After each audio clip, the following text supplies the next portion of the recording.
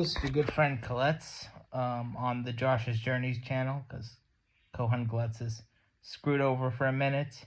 May end up being gone forever, given that I can get banned for 2 weeks for just showing a 17th century painting of Samson and Delilah. I don't think any content on Kohan Colette's channel is safe, so do not be surprised if it's deleted permanently. Do not be surprised whatsoever. The topic of today that I'm going to talk about is why capitalism and imperialism is the world's most epic economic failure. Not just for the parts of the world that it raped and raided and slaughtered, but even for the countries that ostensibly benefited from it, that being European countries primarily. So let's begin by setting the stage. Capitalism arises out of a mercantile culture in northern and southern Europe at basically the period of the Renaissance. So from the 16th and 17th century, we're starting to get a culture more focused around towns and merchants and joint stock companies through into the 17th century, particularly in the Baltic and in the Low Countries. The Low Countries being like the Netherlands. So, as the Netherlands manages to wrangle its independence from Spain, it sets out on a campaign of colonialism that mirrors, in some respects, the colonialism of the Spanish, but is different in other ways. The Spanish are a transitional type of empire, let's say. They are an empire that has the nature of colonialism, which is much more to come, but at the same time, it's also a more traditional empire of the previous set, They are taking after Middle Eastern empires like the Ottoman Empire and the Moroccan Empire, where they will conquer a wide swath of territory and sort of co-opt local elites for their uses. That's how the Spanish Empire would work. But also, it's more based on a feudal economic model rather than a capitalist economic model. Well, the Dutch, they institute an imperialist model around capitalism, where rather than focusing on the political control of the geographical area, they focus on the economic control and the economic exploitation of the regions under their control or sphere of influence. While they do engage in plenty of military actions, both against native powers and against the Portuguese and Spanish, the Dutch are less concerned with controlling wide swaths of territory in the traditional sense of, traditional empires such as the Spanish, the Ottomans, and such, but are more concerned with extracting as much profit as can be extracted. A single-minded focus, let's say, on capital. A big point of discussion, I think, around AI, I guess, is the paperclip making machine. The machine that's very good at making paperclips, but it destroys the world to make paperclips, And that already existed. This was called capitalism. And the Dutch were very successful in their time, but in a brief window, let's say, with capitalism, that they managed to branch out over the world, with their ships, their joint stock companies like the VOC, the East India Company of the Dutch, and they managed to create an immense amount of wealth.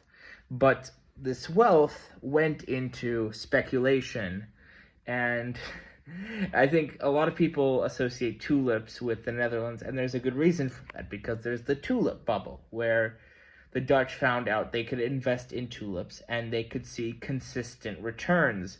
So they're throwing their real capital into this commodity that doesn't have an actual value, you know? Like the tulips, they are being inflated, and then finally, and the Dutch are wiped out.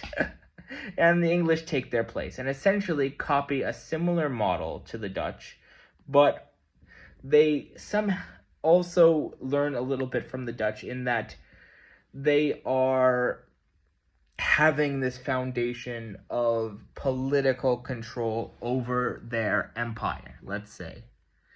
So the next generation of colonial empires, the British, the French, and other European empires that would arise, like the German Empire, the Belgian Empire, all these things, they are learning from the mistakes of the previous generations of empires, one after one, and they are carving up an area of control and using it for maximal extraction of resources. And this can come in many forms.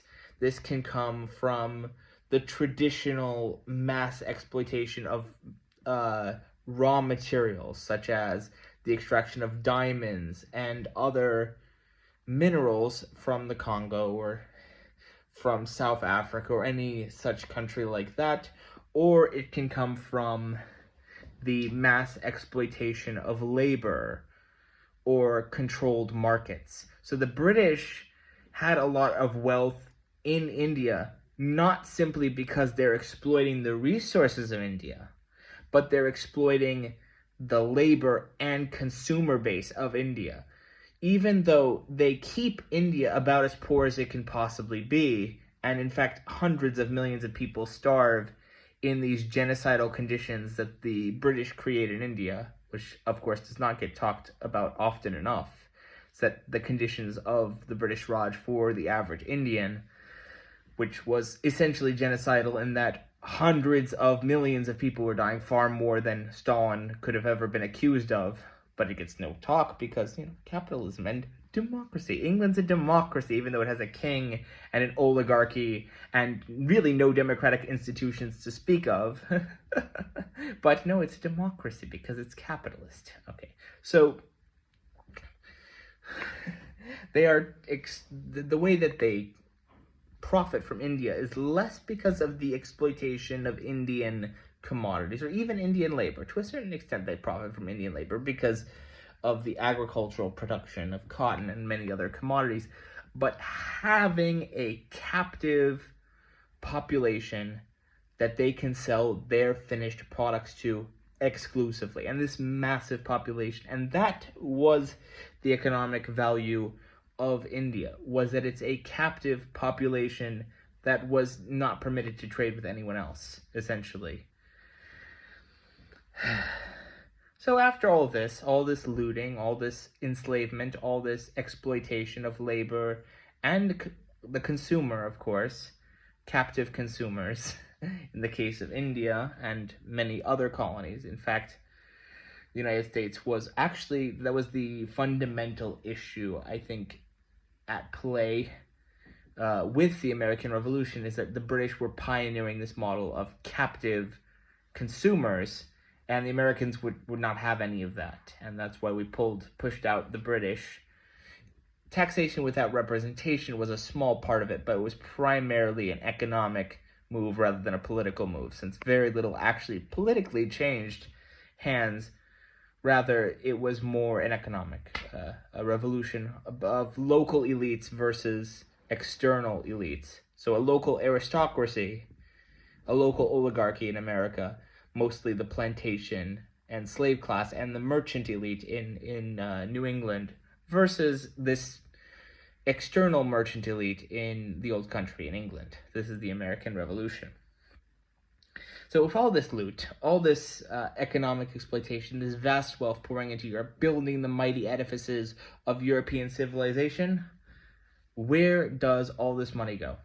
Ultimately, in the same place that the previous incarnations of imperialism and colonialism did, into costly, ruinous wars. So, initially with the Spanish Empire. They obtained massive wealth by looting the Aztecs and the Incas of all of their gold and silver, and absolutely disrupting the market, trade with China, massive inflation in Europe, population boom because of New World commodities, and then fundamentally a 17th century marked by religious conflict in Europe, where all the wealth that Spain and Portugal had obtained ended up basically burning out and amounting to nothing. And they have the Treaty of Westphalia, and they say, we're not going to have another war of religion again. So they wait 100 years, and instead of having a war of religion, they have a war of ideology. So between the French liberalism and the reactionary world of Prussia, Britain, and Russia, of course, Austria. So the Napoleonic Wars ends in much the same way as the 30 Years' War does, with another treaty where they promise that they're not going to waste all their looted wealth on another European war. You know what happens in another 100 years? World War I and World War II. Capitalism feeds into a military-industrial conflict that pushes for more war. If you have a society that privileges profit at all costs, what's more profitable than war? It's a sink of money, and industrialists who develop under capitalism profit immensely. And I think we're running into another one of these imperialist wars as well. World War I and World War II will probably have nothing on the war that is to come, unless, the world can come together with socialism and prevent this. There is no future for humanity without socialism. It's an endless cycle of war, looting, and destruction under capitalism and imperialism. So you absolutely fucking need socialism. There's no compromise on this point. And at any cost, really, the achievement of socialism is the requirement of the survival of humankind and the prosperity and wellness of the human future and human culture. There is no future, zero future, without socialism. And of course, there's no socialism without democracy. So socialism, that's my refrain. Socialism and democracy. Socialism. But it's very, very much like we have to figure this out. There's really no time to be dilly-dallying. It's socialism and democracy now, or we're running into another world war, which is going to burn through resources, human life, suffering, and endlessly. There's absolutely zero future, and this will go on every 100 years. We're going to have another one of these unless we achieve socialism.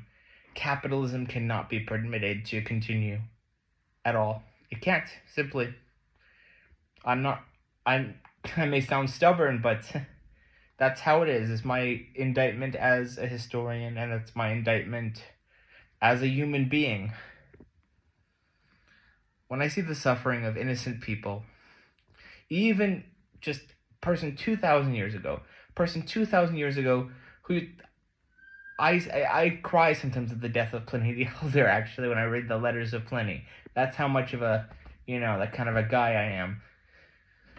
But we have to fight, we have to fight to achieve that socialism in our lifetime. At any cost. Bye.